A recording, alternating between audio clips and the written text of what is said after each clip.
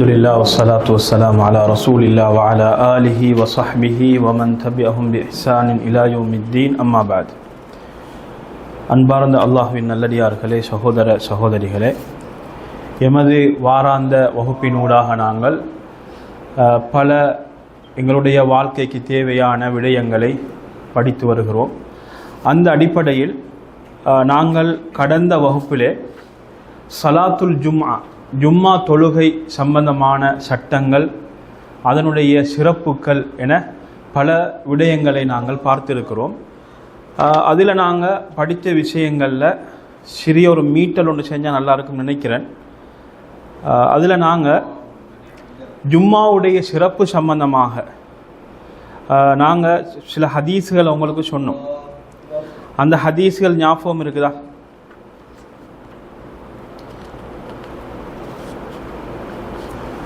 ஞாபகம் இருக்குதா? ஒட்டகமும் கோழி. சரி,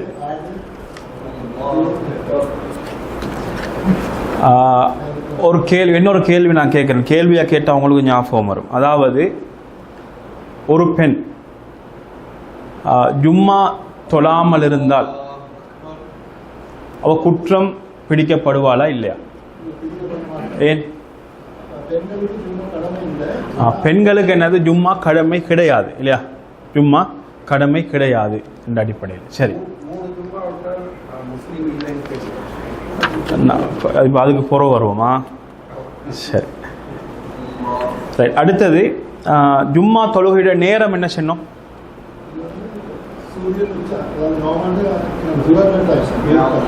லுஹருடைய நேரம் என்று சொன்னோம் இல்லையா, சுருக்கமாக. அதாவது சூரியன் உச்சியிலிருந்து சாகின்ற அளவு. அதாவது நாங்கள் என்ன சொன்னோம்னா, ஒவ்வொரு பொருளுடைய நிழலும் அதனுடைய அளவுக்கு சரிசமனாக இருப்பது, அதுதான் லுஹருடைய நேரம் அப்படின்னு சொன்னோம். சரி, இப்படி நாங்கள் நிறைய விஷயங்கள் என்ன செஞ்சோம், நாங்கள் பார்த்தோம். அதில் ஹொத்துபாவுடைய நேரத்தில் இமாம் ஹொத்துபா ஓதுகின்ற பொழுது செய்யக்கூடாத செயல்கள் அப்படின்னு சொல்லி சில செய்திகளை நாங்கள் சொன்னோம். என்னென்ன செய்திகள்? ஒரே ஒரு ஆள் தான் கிளாஸ்ல இருந்திக்கிறார். என்னது? ஒரே ஒரு ஆள் தான் கிளாஸ்ல இருந்திக்கிறார், பாவம். என்னது? பேசக்கூடாது இல்லையா? பேசக்கூடாது. வேற வேற என்னது? அதாவது என்ன செய்யக்கூடாதுன்னா, அந்த மக்கள் எல்லாம் வந்து அமர்ந்ததுக்கு பின்னால அவங்களுடைய தோள்களை சவட்டி கொண்டு, தலைகளை சவட்டி கொண்டு என்ன செய்யறது, தாண்டி போகக்கூடாது. இப்போ ரசூல் ஸல்லல்லாஹு அலைஹி வஸல்லம் அவங்க தடுத்து இருக்கிறாங்க. வேற என்னது?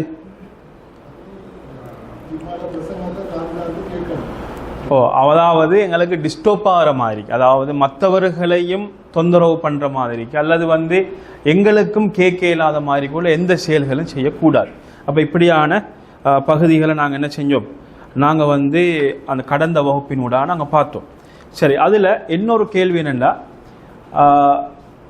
ஜும்மாவுடைய முந்தின சுன்னத் எத்தனை ரக்காத் இருக்குது? 4. என்னது இல்லை? சுன்னத் இல்லை. நாங்கள் என்ன சொன்னோம்? அதாவது ஜும்மாவுடைய அதான் சொன்னதற்கு பின்னால இமாம் என்ன செஞ்சிடுவார், அப்படி மிம்பரில் ஹுத்பா ஸ்டார்ட் பண்ணிடுவார். அப்போ மாமூம்கள் என்ன செய்யணும், வந்தவங்க என்ன செய்யணும், அவருடைய ஹுத்பாவை கால்தாத்து கேட்பது தான் இவங்களுடைய கடமை. அப்போ என்ன கிடையாது, ஜும்மாவுக்கு முந்தின சுன்னத் கிடையாது. சரி, ஜும்மாவுக்கு பிந்தின சுன்னத் எத்தனை ரக்காத்து? பள்ளியில 4, வீட்டுக்கு போனா 2. அப்படியா? பள்ளியில 2, பள்ளியில 4, வீட்டுக்கு போனா எத்தனை? 2. அப்ப அதுக்கு நாங்க 2 ஹதீஸ்களை நாங்க பார்த்தோம். அதுல ஷேக் இப்னு தைமியா ரஹிமஹுல்லாஹ் அவங்க வந்து அந்த 2 ஹதீஸ்களையும் ஜெம்மு பண்ணி எங்களுக்கு சொல்றாங்க. அப்ப வீட்டுல வந்து தொழுதால் 2 ரக்காத்துகளும், மஸ்ஜிதில் தொழுதால் எத்தனை? 4 ரக்காத்துகளும் தொழுவார் என்ற செய்தியை நாங்க பார்த்தோம். சரி, இன்றைக்கு நாங்க பார்க்க போறது சிஃபத்து சலாத்தில் ஜும்மா, ஜும்மா தொழுகையின் முறை. இப்போ எங்களுக்கு வந்து இந்த ஜும்மா தொழுகையுடைய முறை வந்து எங்களுக்கு தெரியும். ஏன்னா எங்களுக்கு எங்கிட்ட சமூகத்தில் வந்து ஐவேளை தொழுகைகள் தொழாதவர்கள் கூட என்ன செய்வாங்க, ஜும்மாக்கு போவாங்க பெரும்பாலும். அப்போ ஜும்மா தொழுகையை பற்றி கேட்டால் அவங்களுக்கு தெரியும், அது 2 ரக்காத்துக்களை கொண்டது. அதே நேரத்தில் அந்த தொழுகையில் என்ன செய்யப்படும், சத்தமாக ஓதப்படும் இல்லையா. இரவு தொழுகைகள் எவ்வாறு சத்தமாக சூரத்துல் ஃபாத்திஹாவும் அதே போன்று மற்ற சூறாவும் ஓதப்படும், அதே போன்று ஜும்மா தொழுகையிலும் சத்தமாக என்ன செய்யப்படும், ஓதப்படும். ரைட். 2வது விஷயம், இமாம் என்ன செய்வார்னா முதலாவது ரக்காத்தில் சூரத்துல் ஜும்ஆ ஃபாத்திஹாக்கு பின்னால் ஓதுவார், இது சுன்னா. அதே போன்று 2வது ரக்காத்தில் சூரத்துல் முனாஃபிகூன் எதை ஓதுவார், சூரா அல் முனாஃபிகூன் ஓதுவார். இது முஸ்லீமில் இந்த ஹதீஸ் எங்களுக்கு பார்க்கலாம். அதே போல் இது ஒரு முறை. அப்படி இல்லைண்டா முதலாவது ரக்காத்தில் வந்து சூரத்துல் ஆலா ஓதுவார், 2வது ரக்காத்தில் வந்து சூரத்துல் காஷியா ஓதுவார். இதுவும் என்ன செய்யலாம், எங்களுக்கு முஸ்லீமில் இது சம்பந்தமாக ஹதீஸ் வருது. அப்போ இப்படி என்ன செஞ்சு கொள்ளலாம், இப்படி ஓதிக்கொள்ளலாம். அப்போ இது சுன்னா. ரைட். இப்போ ஒரு கேள்வி என்னென்னா,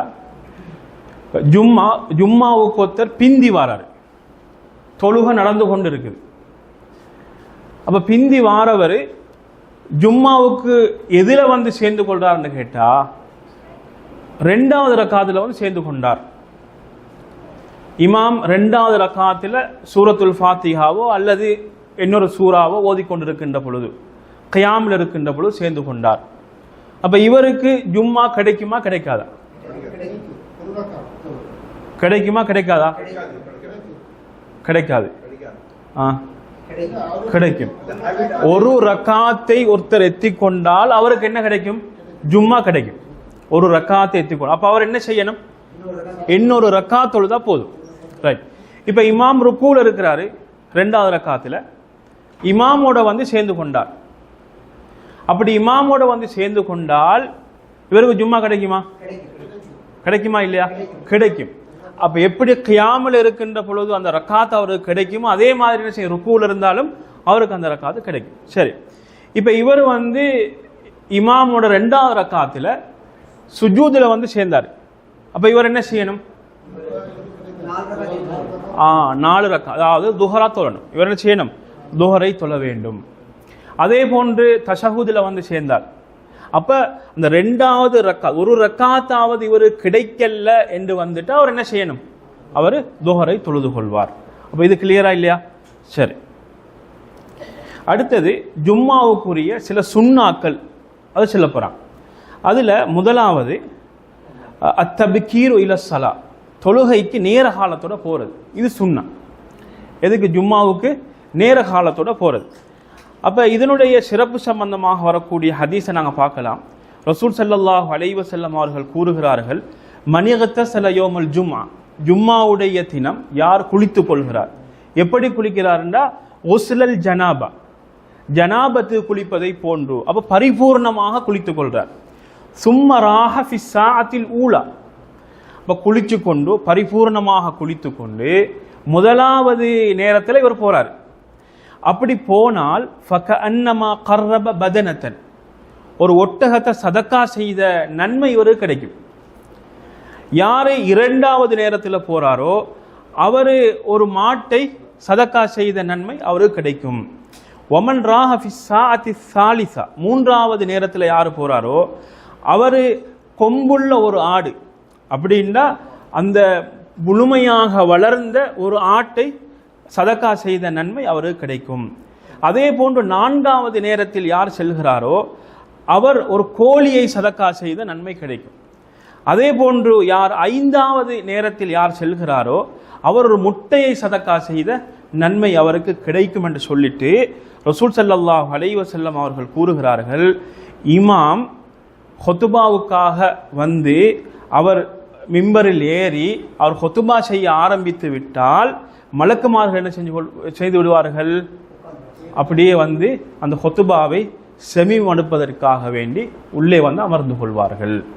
அப்ப அந்த பதிகின்ற அந்த நேரம் முடிஞ்சு, பதிவு செய்யப்படுகின்ற அந்த நேரம் முடிவடைந்து விடும் என்பதை ரசூல் ஸல்லல்லாஹு அலைஹி வஸல்லம் அவர்கள் கூறுகிறார்கள். இந்த செய்தி புகாரி முஸ்லிம் போன்ற கிரந்தங்கள்ல நாங்க பார்க்கலாம். சரி, இதுல அந்த நேரம் வந்து ஜும்மாவுடைய நேரம், இந்த 1வது நேரம், 2வது நேரம், 3வது நேரம் எதை வைத்து செல்லப்படுகிறது என்று கேட்டால், அதாவது சூரியன் உதயமான நேரத்தில் இருந்து இந்த நேரம் ஆரம்பிக்குது.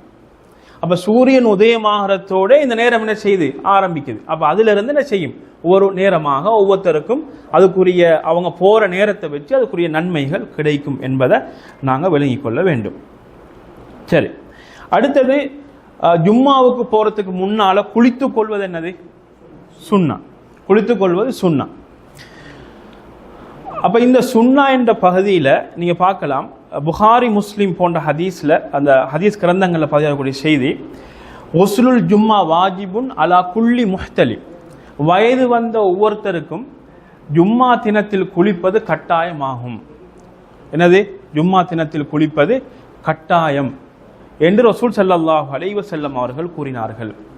அப்போ இந்த ஹதீஸ், அதாவது ஹதீஸ்களை அறிஞர்கள் என்ன சொல்கிறார்கள் கேட்டால், இந்த ஹதீஸ் அதனுடைய, அதாவது ஜும்மா தினத்தில் குளிப்பதனுடைய முக்கியத்துவத்தை சொல்லக்கூடிய ஒரு செய்தியாக இருந்து கொண்டிருக்கிறது என்பதாக அவர்கள் கூறுகிறார்கள். ஆனாலும் கூட ஷேக் இப்னு தைமியா ரஹிமஹுல்லாஹ் அவர்கள் கூறுகிறார்கள், யாருடைய மேனியில் வேர்வை அதிகமாக இருக்குதோ அவருக்கே விளங்குது குளிச்சா தான் நல்லம். ஏன்னா அவர் பெய் தொடரத்தில் இருந்தார்னா பக்கத்தில் இருக்கிறவங்களுக்கு இருக்க முடியாமலுக்கு இருக்கும். அது ஒரு அவங்களுக்கு ஒரு நோவினையை கொடுக்குற மாதிரி இருக்கும். அவருடைய உடம்பிலிருந்து வாடைகள் வெளியாகும் என்ற ஒரு நிலைப்பாட்டில் இருந்தால் அவர் குளித்துக் கொள்வது கட்டாயம். அவர் என்ன செஞ்சு கொள்வது கட்டாயம்? குளித்துக் கொள்வது கட்டாயம். இதுவே சிறந்த கருத்தாகவும் பல உலமாக்களால் தேர்வு செய்யப்பட்ட கருத்தாக இருந்து கொண்டிருக்கிறது. சரி, அடுத்தது அத்தந்தீஃபு வவது அத்தீப், மூணாவது. அப்போ முதலாவது சொன்ன என்ன சொன்னாங்க? ஜும்மாவுக்கு நேர காலத்தோட போகிறது. இரண்டாவது என்ன சொன்னோம்? குளித்து கொள்வது சொன்னோம்.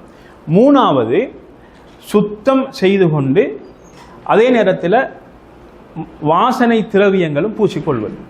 சுத்தமும் செய்து கொள்வது, வாசனை திரவியங்களும் பூசிக்கொள்வது. அப்போ இந்த இதுக்கு வந்து நீங்கள் ஹதீஸை பார்த்தால், சல்மான் ரலியல்லாஹு அன்ஹு அவங்க அறிவிக்கிறாங்க, ரசூல் ஸல்லல்லாஹு அலைஹி வஸல்லம் அவர்கள் கூறியதாக, லா யக்தஸிலு ரஜுலுன் யௌமல் ஜும்மா, ஜும்மா தினத்தில் ஒருவர் என்ன செய்கிறார்? குளிக்கிறார். குளிச்சுட்டு வயததஹரு மஸ்ததா மின் துஹுரி, அவருக்கு ஏழுமான அளவுக்கு அவர் சுத்தமும் செய்து கொள்றார். இப்போ குளிக்கிறாரு, குளிச்சுட்டு குளியலே ஒரு சுத்தம் தான்.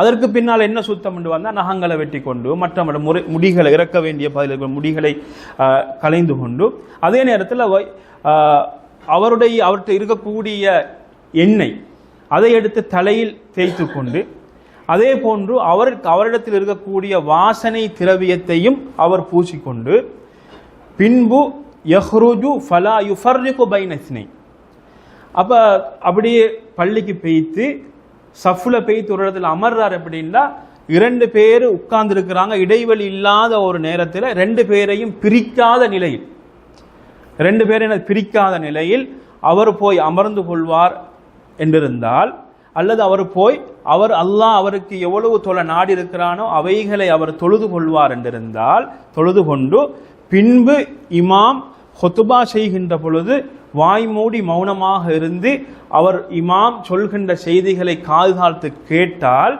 அல்லாஹு தாலா என்ன செய்வான்? ஒஃபிர லஹு மா பைனஹு வ பைனல் ஜும்அத்தில் உஹ்ரா. அப்போ அந்த ஜும்மாவிலிருந்து அடுத்த ஜும்மா வரைக்கும் உள்ள சிறிய பாவங்கள் அவருக்காக வேண்டி மன்னிக்கப்படும். விளங்கிச்சா இல்லையா? அப்போ செய்தியை கேளுங்க. அப்போ ஒரு ஜும்மா இன்னொரு ஜும்மாக்களில் இருக்கக்கூடிய சிறிய பாவங்களை மன்னிக்கும்டா இந்த நிலைகள் எல்லாம் நடக்கணும். என்ன செய்யணும்? அவர் குளித்து கொள்வார், சுத்தம் செய்து கொள்வார், அவருடைய தலை என்ன செய்வார்? அழகாக வாரிக்கொள்வார். அதே போல் அவருடைய நறுமணம் இருக்கக்கூடிய நறுமணத்தை பூச்சிக்கொள்வார்.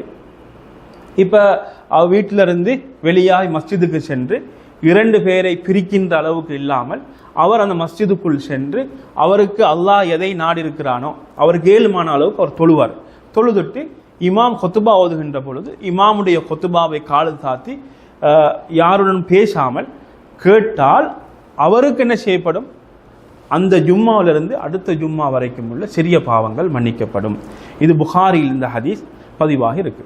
சரி, நாலாவது செய்தி, நாலாவது சுன்னா, லுபுசு சியாப் அல் ஹசனா அன் நதீஃபா, அழகான சுத்தமான ஆடை அணிந்து கொள்வது. புதிய ஆடையா? புதிய ஆடை இல்லை, சுத்தமான அழகான ஆடை அணிந்து கொள்வது. அப்போ இது என்னது, இது வந்து சுன்னாவாக இருந்து கொண்டு இருக்கு. இப்போ ரசூலுல்லாஹி ஸல்லல்லாஹு அலைஹி வஸல்லம் அவர்கள் சில மனிதர்களை பார்த்து கேட்குறாங்க, மா அலா அஹதிக்கும் லவிஷ்தரா சௌபைனி லியோமில் ஜும்ஆ சிவா சௌபை மிஹ்னதிஹி. இப்போ நீங்கள் வேலைக்கு போடுற ஆடையை விட்டுட்டு உங்களுக்கு வந்து ஜும்மாவுக்காக வேண்டி நீங்கள் 2 ஆடையை வாங்கி வச்சுக்கொள்ளலாமே அப்படின்னு சொல்கிறாங்க. ஏன்னா அந்த ஊத்தையோட இல்லையா வேலை செஞ்சுட்டு அந்த களைப்போட அந்த ஆடையும் வந்து ஊத்தையோடு இருக்கும். அப்போ அந்த அழுக்கோட செல்லாமலுக்கு அவர்கிட்ட ஒரு நல்ல ஆடை இருக்கிற ஆடையில் ஒரு நல்ல ஆடையை அணிந்து கொண்டு ஜும்மாவுக்கு வார விஷயத்தை ரசூல் ஸல்லல்லாஹு அலைஹி வஸல்லம் சொன்னாங்க. அப்போ இது வந்து என்னது, இருக்கக்கூடிய ஆடையில் நல்ல ஆடையை அணிந்து வாரது வந்து சுன்னா. அதே போன்று ரசூல் ஸல்லல்லாஹு அலைஹி வஸல்லம் அவர்களுக்கு ஜும்மா தினத்தில் சலவாத்து சொல்வது மிக முக்கியமான சுன்னாக்கள் ஒன்று. சரி, இது வந்து அபூ தாவூத், நசாயி போன்ற கிரந்தங்கள் எங்களுக்கு பார்க்கலாம். சரி, இதில் ஒரு விஷயத்தை நாங்கள் தெளிவு பெற வேண்டும். ரசூல் ஸல்லல்லாஹு அலைஹி வஸல்லம் அவர்களுக்கு சலாம் சலவாத்து இல்லையா, அப்போ அந்த சலவாத்து சொல்ல போகக்கூடிய அதில் எல்லாம் வந்தாச்சு. சலவாத் இப்ராஹிமியால் நான் வந்துடும், அதில் முழுமையாக வந்துடும். சரி, சிலர் என்ன செய்வாங்கன்னா, இப்போ தூரத்து பகுதியிலிருந்து இலங்கை, இந்தியா போன்ற பகுதியிலிருந்து மக்கா மதீனாவுக்கு வார நேரத்தில் வரக்கூடியவங்கள்ட்ட சொல்லுவாங்க, நீங்கள் மதீனாவுக்கு போகிறீங்க, ரசூல் ஸல்லல்லாஹு அலைஹி வஸல்லம் அவர்களுடைய கபரை ஜியாரத் பண்ண போகிறீங்க, நீங்கள் நான் சலாம் சொன்னதாக நீங்கள் சொல்லுங்க அப்படின்னு சொல்லி அனுப்புவாங்க.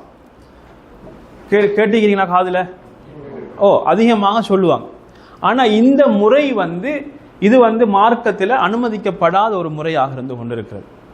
ஏன்னு கேட்டால் ரசூலுல்லாஹி ஸல்லல்லாஹு அலைஹி வஸல்லம் அவர்கள் கூறினார்கள், அல்லாஹுக்கு சில மலக்குமார்கள், அல்லாஹ் சில மலக்குமார்களை சாட்டியிருக்கிறார். அவங்களோட வேலை என்னென்னா சய்யாஹீன ஃபில் அர்த், பூமியில் அப்படியே சுற்றி கொண்டிருப்பாங்க. அவங்களோட வேலை என்னென்னா யுபல்லிகுனி மின் உம்மதி அஸ்ஸலாம், எனக்கு என் உம்மத்திலிருந்து யாராவது சலாம் சொன்னால் அந்த சலாத்தை எனக்கு எத்தி வைக்கிறது அவங்களோட வேலை. அப்போ நாங்கள் அவர்கிட்ட சொல்லி அவர் வந்து இங்கே செல்லணுமா, அவர் மறந்துடுவார் சில நேரம். உங்களுக்கு தெரியும் இல்லையா, உம்ராவுக்கு வந்து அந்த டயர்டில் அந்த டென்ஷனில் எவ்வளோ விஷயத்தை அவர் கொண்டு போகிற பொருளை கூட விட்டுட்டு போய்த்துடுவார். அப்போ அந்த நெருக்கத்தில் அடுத்த இன்றைக்கு வந்து என்னது ரவுதாக்கு போகிறது என்பதும் அடுத்த ஜியாராக்கு போகிறது என்பதும் சரியான கஷ்டமான ஒரு நேரம். கஷ்டமான ஒரு நேரம்னா அந்த அளவுக்கு மக்களுடைய நெரிசல். அப்போ எங்களுக்கு என்ன லேசி, நாங்கள் இருக்கிற இடத்துல இருந்தே ரசூல் ஸல்லல்லாஹு அலைஹி வஸல்லம் அவர்களுக்கு சலாம் சொல்வது. அதை எத்தி வைக்கிறதுக்கு யாரு? மலக்குமார்கள். லா யஅஸூன அல்லாஹ மா அமரஹும், அவங்களுக்கு அல்லாஹ் ஏவியதுக்கு அவங்க மாறு செய்யாத கூட்டம். அவங்கள்ட்ட பத்திரமாக அமானிதமாக அந்த சலாம் ரசூல் ஸல்லல்லாஹு அலைஹி வஸல்லம் அவர்களுக்கு ஒப்படைக்கப்படும். அப்படின்ற ஒரு வழி இருக்க போக நாங்கள் என்ன செய்ய தேவையில்லை, யார்கிட்டையும் நாங்கள் சொல்லி அனுப்ப தேவையில்லை, எழுதி கொடுக்கவும் தேவையில்லை. சரி, இந்த செய்தியை பார்த்தீங்கன்னா சஹீஹு தர்கீபில் பதிவாக இருக்கிறது. அடுத்தது சூரத்துல் கஹஃப் ஓதுறது சுன்னாவா? சுன்னாவா இல்லையா? சரி, சூரத்துல் கஹஃப் ஓதுவது வந்து அது சம்பந்தமாக ஹதீஸ் எங்களுக்கு பார்க்கலாம். மன் கரஅ சூரத்துல் கஹஃபி யோமல் ஜும்ஆ, ஜும்மா தினத்தில் யார் சூரத்துல் கஹஃப் ஓதுகிறாரோ அதாஅ லஹு மினன் நூரி மா பைனல் ஜும்அத்தைன், அவருக்கு ஒரு ஒளி ஒன்று வெளிப்படும். அந்த ஒளி அதனுடைய பிரகாசம் எந்த அளவுக்கு இருக்கும் என்று கேட்டால் 2 ஜும்மாக்கள் வரைக்கும் அந்த பிரகாசம் இருக்கும் என்ற செய்தியை நாங்கள் பார்க்கலாம். ஆனால் இந்த ஜும்மா தினத்தில் சூரத்துல் கஹஃப் ஓதுவது சம்பந்தமாக வரக்கூடிய ஹதீஸுகள் பலகீனமானது என்பதுதான் அறிஞர்களுடைய கருத்தாக இருந்து கொண்டிருக்கிறது. சிலர் வந்து ஷேக் அல்பானி போன்றவங்க அதை ஹசன் என்ற தரஜாக்கு அல்லது அதை சஹீஹ் என்று சில, அதாவது அவங்க சில இன்னும் சில அறிவிப்பாளர் வரிசைகளை வைத்து அவர்கள் சொல்லியிருக்கிறார்கள். இருந்தாலும் கூட அது பலகீனமான செய்தியாகவே இருந்து கொண்டிருக்கிறது. சரி, இதில் இன்னொரு செய்தியை நீங்கள் பார்க்கலாம். இன்னொரு செய்தி எப்படின்னா, யார் அதாவது சூரத்துல் கஹஃப் ஓதுறாரோ அவருக்கு வந்து அவர் இருந்த இடத்திலிருந்து மக்கா வரைக்கும் அது ஒளிமயமானதாக இருக்கும் என்ற செய்தி இருக்குது. அது வந்து அது பொதுவான செய்தி. அதில் யௌமல் ஜும்ஆ அல்லது லைலத்துல் ஜும்ஆ, அதாவது ஜும்மாவுடைய தினம் அல்லது இரவு, அந்த பகுதி இணைக்கப்பட்ட அந்த பகுதி பலகீனமானது. எது சரியான செய்தி? எது பொதுவாக ஓதுவது என்பது, பொதுவாக ஓதினால் இவ்வளவு பலன் இருக்கிறது என்பது சரியான செய்தி. அதில் அந்த ஜும்மா தினம் என்று இணைக்கப்பட்டிருக்கக்கூடிய பகுதி என்னது, பலகீனமான அறிவிப்பாக உலமாக்கள் சொல்கிறார்கள். சரி, அப்ப இதுல அப்ப நாங்க என்ன செய்ய தேவையில்லை, நாங்க இதை இன்னொரு பக்கத்தால விளங்கலாம். எப்படின்னா, நாங்க ஜும்மா தினத்துக்குன்னு சுருக்க தேவையில்லை, எந்த நாளும் ஓதினாலும் அந்த நன்மை இருக்குது. அப்ப நாங்க என்ன செய்ய தேவையில்லை, அதை ஜும்மா தினத்துக்கு சுருக்க தேவையில்லை. ஆனால் சூரத்துல் கஹ்ஃபுக்கு நிறைய சிறப்புகள் இருக்குது இல்லையா, நிறைய சிறப்புகள் இருக்குது. அதில் ஒரு சிறப்பாக இது இருந்து கொண்டு இருக்கிறது. சரி, 7வது சுன்னா சஜதாவும் சூரத்துல் இன்சான். இந்த ரெண்டும் எங்க ஓதுறது, ஃபஜ்ருடைய சுன்னா. அதாவது எந்த ஃபஜ்ர், வெள்ளிக்கிழமை, வெள்ளிக்கிழமையுடைய ஃபஜ்ரில் ஓதுவது சுன்னா என்ற ரசூல் ஸல்லல்லாஹு அலைஹி வஸல்லம் அவர்கள் அதை தொடர்ந்து ஓதியிருக்கிறார்கள் என்ற செய்தியை நாம் பார்க்கலாம். இது புகாரி முஸ்லிம் போன்ற கிரந்தத்தில் பதிவாக இருக்கிறது. ஆனால் இந்த சூறா இங்கே நீங்கள் பார்த்தீங்கன்னா அதிகமான இடங்கள் என்ன செய்ய மாட்டாங்க, ஓதுவாங்களா? அதிகமானங்களும் ஓத மாட்டாங்க. ஏதாவது ஒரு சூறா ஓதுவாங்க. அப்படி ஓதி தொழுதா பிழைன்னு இல்லை. ஆனால் இந்த சுன்னா என்னது, அதிகமாக ஓதுறது கிடையாது. சரி, அடுத்தது பார்த்தீங்கன்னா 8வது சுன்னா, அதாவது ஜும்மா தினத்தில் ஒரு நேரம் இருக்கிறது. அந்த நேரத்தில் ஒரு முஸ்லிம் அவன் தொழுத நிலையில் அதை அல்லாஹ்விடத்தில் ஏதாவது ஒன்றை கேட்டால் அல்லாஹ் என்ன செய்வான், அதை கொடுப்பான், நிராகரிக்க மாட்டான், கொடுத்து விடுவான். இது புகாரி முஸ்லிம் போன்ற கிரந்தங்களில் பதிவாக இருக்குது. அப்போ ஜும்மா தினம் என்பது துவாக்கள் அங்கீகரிக்கப்படுகின்ற ஒரு தினமாக இருந்து கொண்டு இருக்கிறது. அதில் ஒரு நேரம், அந்த நேரம் என்னங்கிறதுல உலமாக்களுக்கு மத்தியில் கருத்து வேறுபாடு இருக்குது. அந்த நேரத்தில் அதாவது மிகவும் ராஜிஹான தேர்ந்தெடுக்கப்பட்ட செய்தியாக ஜும்மா தினத்தின் பகல் நேரத்தில் கடைசி நேரம் என்பது மிகவும் தேர்ந்தெடுக்கப்பட்ட கருத்தாக இருந்து கொண்டிருக்கிறது. அப்போ என்ன நேரம் அது, அசருக்கும் மாரிபுக்கும் இடையில. அப்போ அந்த அசரும் மாரிபுக்கும் இடைப்பட்ட நேரம் இருக்குதான், இது ஒரு முக்கியமான ஒரு நேரமாக இருந்து கொண்டிருக்கிறது. அதிலும் ஜும்மா தினம் முழுமையாகவும் முக்கியமான ஒரு நாளாகவே இருந்து கொண்டு இருக்கிறது. சரி, அடுத்தது ஜும்மா தினத்தில் நோன்பு பிடிப்பது என்ற ஒரு பகுதி. இப்போ ரசூல் ஸல்லல்லாஹு அலைஹி வஸல்லம் கூறினாங்க, லா யசூமன் அஹதுக்கும் யௌமல் ஜும்ஆ, ஜும்மா தினத்தில் நீங்கள் என்ன செய்ய வேண்டாம், நோன்பு நோக்க வேண்டாம். அப்போ ரமதானில் ஜும்மா தினத்தில் நோன்பு நோக்க கூடாது, அப்படியா? ரமலான் மாசத்துல சரி, இது என்னண்டா சுன்னத். இப்போ ஒருவர் என்ன செய்யறாருண்டா, அவர் என்ன செய்யறாரு, நோன்பு பிடிக்கணும்னு நினைக்கிறாரு, நாடுறாரு. அப்ப நோன்பு பிடிக்க பார்க்கிறாரு, அதுல ஜும்மா தினம் நோன்பு பிடிக்க பார்க்கிறாரு. அப்ப அது அவருக்கு ரசூல் ஸல்லல்லாஹு அலைஹி வஸல்லம் என்ன சொன்னாங்கடா, லா யசூமன் அஹதுக்கும் யௌமல் ஜும்ஆத்தி இல்லா யௌமன் கப்லஹு அவ் பஅதஹு. அப்ப அவர் என்ன செய்யணும்னு கேட்டால், ஒன்றோ வியாழன் வெள்ளியும் சேர்த்து அல்லது வெள்ளியும் சனியும். அப்ப ஜும்மா தினத்தில் மாத்திரம் நோன்பு நோக்க வேண்டாம் அப்படின்னு சொன்னாங்க. விளைச்சா, ஜும்மா தினம் மாத்திரம் நோன்பு நோக்க கூடாது. ஆனால் சில நேரங்களில் என்ன வரும், சில நேரங்களில் அரஃபா நாள் வெள்ளிக்கிழமை வந்துடும். அந்த நாள் என்ன செய்வார், நோன்பு பிடிக்கணும் இல்லையா, நோன்பு பிடிக்கணும். அதே போல் என்ன வந்துச்சு, ஆஷூரா தினத்தில் வெள்ளிக்கிழமை வந்துச்சு. அதில் என்ன செய்வார், அதில் நோன்பு, இந்த நோன்புகளை அல்ல. அப்போ எந்த நோன்புகள்ண்டா, ஒரு பொதுவாக ஒருவர் ஒரு தனிப்பட்ட முறையில் நோன்பு பிடிக்கணும் அப்படி நினைச்சு ஒருத்தர் நோன்பு பிடிக்க பார்த்து அவர் வெள்ளிக்கிழமை மாத்திரம் தான் நான் நோன்பு பிடிப்பேன், அல்ல வெள்ளிக்கிழமை மாத்திரம் அவர் நோன்பு பிடிக்க பார்த்தால் அவர் என்ன செய்யுது, அவர் அவ்வாறு நோன்பு பிடிக்க கூடாது. என்ன செய்யணும், அவர் ஒன்றோ அதுக்கு முந்தின நாள் சேர்த்து அல்லது ஜும்மாக்கும் அதுக்கு பிந்தின நாளும் சேர்த்து நோன்பு பிடிக்க வேண்டும். சரி, இன்னொரு செய்தியை பாருங்க, இது முஸ்லிம்ல வந்திருக்குது. வலா தஹுஸ்ஸு யௌமல் ஜும்ஆத்தி பிஸ்ஸியாமின் மின் பைனில் ஐயாம். இப்போ சிலர் என்ன செய்வாங்கன்னா, ஜும்மா இப்போ 7 நாட்களில் ஜும்மா தினத்தில் மாத்திரம் அவர் நோன்பு பிடிக்கிறது, மற்ற நாள் எதுலையும் பிடிக்கிறதில்ல. இப்போ திங்கள் வியாழன் நோன்பு பிடிக்கிறது சொன்னா அதையும் விட்டுட்டு வெள்ளிக்கிழமை மட்டும் குறிப்பாக அந்த நாளை தேர்ந்தெடுத்து நோன்பு பிடிக்கிறார். அது அவ்வாறு செய்ய வேண்டாம் என்று ரசூல் ஸல்லல்லாஹு அலைஹி வஸல்லம் அவர்கள் தடுத்தார்கள். சரி, அப்போ அதில் ஒரு விதிவிலக்கு கொண்டு ரசூல் ஸல்லல்லாஹு அலைஹி வஸல்லம் இல்லா ஐயகூன ஃபீ ஸௌமின் யஸூமுஹு அஹதுக்கும். இப்போ அவர் வளமையாக நோன்பு பிடிச்சு வர ஒரு ஆளாக இருந்தால், உதாரணமாக பாருங்கள், சிலர் என்ன செய்வாங்கன்னா ஒரு நாள் விட்டு ஒரு நாள் நோன்பு பிடிக்கக்கூடியவங்க இருப்பாங்க. ஒரு நாள் விட்டு ஒரு நாள், அந்த நாளில் ஜும்மா தினம் வந்தால் அப்போ அவருக்கு என்ன செய்யலாம்? நோன்பு பிடிக்கலாம். அவருக்கு என்ன செய்யலாம்? நோன்பு பிடிக்கலாம். அப்போ ஒருவர் ஆரம்பிக்க போகிறார், அது ஜும்மா தினமாக இருந்தால் அது என்ன செய்யணும்? அவர் ஒன்றோ அதுக்கு முந்தின நாள் பிடிக்கணும் அல்லது அதுக்கு பிந்தின நாள் பிடிக்கணும். விளைஞ்சா அடுத்தது ஒருவர் என்ன செய்கிறாருன்னா எல்லா நாட்கள்லையும் ஜும்மா தினத்தை மாத்திரம் குறிப்பாக அவர் எடுக்கிறார் நோன்பு பிடிக்கிறதுக்கு. அப்போ அதுவும் என்ன செய்யாது? அதுவும் கூடாது. சரி, அடுத்தது ஹொத்துபாவுடைய நேரத்தில் ஹொத்துபா, அதாவது இமாம் ஹொத்துபா ஓதி கொண்டிருக்கின்ற பொழுது அவர் 2 கைகளையும் ஏந்தி பிரார்த்திப்பது, இது சம்பந்தமாக வரக்கூடிய செய்தி. அப்போ இந்த செய்தியை நீங்கள் பார்த்தீங்கன்னா அம்மாரா இப்னு ருவைபா சொல்லக்கூடியவர் சொல்கிறாரு, நான் பிஷ்ர் இப்னு மர்வானை மிம்பரிலிருந்து 2 கைகளை மேந்தி பிரார்த்திப்பதை நான் பார்த்தேன்.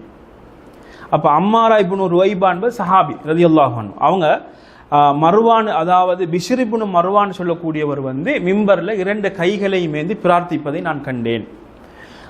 அப்போ அதுக்கு அவர் ஃபகால கப்பஹல்லாஹு ஹாத்தைன் யதைன், இந்த 2 கைகளையும் அல்லாஹ் இழிவாக்குவானாக என்று அவங்க சொன்னாங்க. சொல்லிட்டு லகத் ரஐது ரசூலுல்லாஹி ஸல்லல்லாஹு அலைஹி வஸல்லம், ரசூல் ஸல்லல்லாஹு அலைஹி வஸல்லம் அவர்கள் மிம்பரில் இருக்கின்ற பொழுது நான் கண்டிருக்கிறேன், ஐயகூல பியதிஹி ஹாக்கதா, அவர்களுடைய அதாவது துவாக்கள் வருகின்ற பொழுது அவர்களுடைய அந்த ஆள்காட்டி விரலை இப்படி உயர்த்தி காட்டக்கூடியவர்களாக நான் கண்டேன். அப்போ 2 கைகளையும் ஏந்தி என்ன செய்ய மாட்டாங்க? பிரார்த்திக்க மாட்டாங்க. ஆனால் இது முஸ்லீம்ல அந்த செய்தி வருது. ஆனால் மலை தேடி தொழுகின்ற தொழுகையை தவிர, இப்போ மலை தேடி தொழுகின்ற தொழுகையில் ரசூல் ஸல்லல்லாஹு அலைஹி வஸல்லம் அவர்கள் மிம்பரிலிருந்து 2 கைகளையும் உயர்த்தி என்ன செய்தார்கள்? பிரார்த்தித்தார்கள் என்ற செய்தி வருகிறது. இப்போ அது அல்லாத வேற காலங்களில் ரசூல் ஸல்லல்லாஹு அலைஹி வஸல்லம் அவர்கள் இந்த நீங்கள் சில இமாம்களை கண்டிருப்பீங்க, அதாவது துஆக்களுடைய இடங்கள் வருகின்ற பொழுது இந்த விரல் மாத்திரம் என்ன செஞ்சிருக்கும்? இப்படி உயர்ந்ததாக காணப்படும். இங்கேயும் அதிகமாக நான் கவனிச்சிருக்கிறோம். சரி, அப்போ இந்த பகுதி இமாமுக்குரிய ஒரு பகுதியாக இருந்து கொண்டு இருக்கிறது. சரி, இந்த அதாவது இந்த ஜும்மாவுடைய பாடம் அதில் சம்பந்தப்பட்ட சில மசாலாக்கள். அதில் முதலாவது, ஒருவர் ஹுத்பா ஓதினால் அவரே தான் தொழுவிக்கணுமா அப்படின்னு கேட்டால் அப்படி ஒரு நிபந்தனை கிடையாது. இப்போ ஒருவர் ஹுத்பா ஓதி இன்னொருத்தர் என்ன செய்யலாம்? தொழுவிக்கலாம். சரி, இரண்டாவது விஷயம், இமாம் ஹுத்பா செய்வதற்கு முன்னால் என்ன செய்யலாம்? பேசுவது தடை கிடையாது. இப்போ இமாம் மிம்பரில் ஏறி ஹுத்பாவை ஆரம்பிக்கிறதுக்கு முன்னால் பேசுறது தடை கிடையாது. இதில் அதே நேரத்தில் 2 ஹுத்பாக்களுக்கு நடுவில் பேசலாமா? பேசலாம், ஆனால் பேசாமல் இருக்கிற நல்ல, என்ன தொடர்ந்துடும் இல்லையா? 2 ஹுத்பாக்கு நடுவில், ஏன்னா ஹுத்பா ஓதுகின்ற நேரத்தில் தான் பேசக்கூடாது. 2 ஹுத்பாக்கு நடுவில் என்ன செய்யலாம்? எத்தனை செகண்ட் கிடைக்கும்? ஒரு 10-15 செகண்ட் கிடைக்கும் இல்லையா? சரி, அதுக்குள்ள என்னத்தை பேச போகிறோம்? சரி, அவ்வளவுதான் அவசரமான ஒரு விஷயமா இருந்தால் பேசிக்கொள்றது, அப்படி இல்லைன்னா பேசாமல் இருக்கிறா நல்ல. சரி, மூணாவது விஷயம் என்னென்றா, ஜும்மாவுக்காக வேண்டி அதான் சொல்லப்பட்டு விட்டால், ஜும்மாவுடைய அதான் சொல்லப்பட்டு விட்டால் வியாபாரம் செய்வது கூடாது. வியாபாரம் செய்வது கூடாது. இது கூடாது என்பதற்கு ஆதாரமாக சூரத்துல் ஜும்மா 9வது வசனம் எங்களுக்கு பார்க்கலாம். சரி, 4வது விஷயம் என்னென்னா, இந்த ஃபஜ்ர் தொழுகை, ஜும்மாவுடைய ஃபஜ்ர் தொழுகைக்கு தானே, இந்த ஃபஜ்ர் தொழுகையில் ஒரு சஜிதா வரும். எதை ஓதுனா? சூரத்துல் சஜிதா ஓதுனா. அப்போ சிலர் எப்படி அதை விளங்கி வச்சுக்கிறாங்கன்னா, சுபுவுடைய அதாவது ஜும்மாவுடைய ஃபஜ்ருடைய முதலாவது ரக்காத்தில் என்ன செய்யணும்? சஜிதா செய்யணும். இப்போ சஜிதா வந்தால் சரி, அப்போ என்ன செய்யறது? சஜிதா உள்ள ஏதாவது ஒரு சூறாவதை போல சஜிதா செய்யறது, அதான் சுன்னத்தாங்க இல்லை. எது சுன்னா? சூரத்து சஜிதா ஓதுறது சுன்னா, சூரத்துல் இன்சான் ஓதுறது சுன்னா. அப்போ இதை என்ன செய்யறது? அப்போ இதை சில தவறுதலாக விலகி கொண்டு என்ன செய்வாங்க? இப்படி செய்வாங்க. ஆனால் அது அந்த சுஜதா செய்வது என்பது சுன்னா கிடையாது, நாங்கள் தெளிவாக விலகிக்கொள்ளணும். சரி, ஆஹிரு தாவான் அல்ஹம்துலில்லாஹி ரப்பில் ஆலமீன்.